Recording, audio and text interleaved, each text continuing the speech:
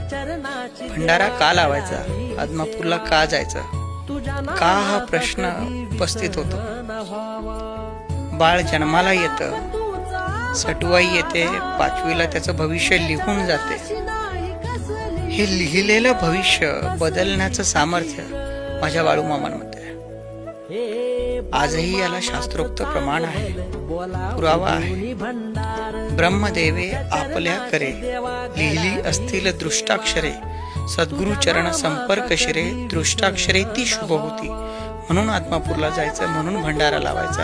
आणि हे केल्याने काय होतं तर साक्षात ब्रह्मदेवानी जरी आपलं भविष्य लिहिलेलं असेल ना, ते बदलण्याचं सामर्थ्य माझ्या मामांमध्ये आहे आणि ते बदलत आहे. म्हणून तुम्ही आम्ही आज श्रद्धेने एकच ठिकाणी नतमस्तक होतोय, ते म्हणजे बाळूमामांच्या दरबारामध्ये आणि बाळूमामांच्या चरणांवर. बोला बोला बाळूमामांच्या नावानं चांगला उधळून भंडार.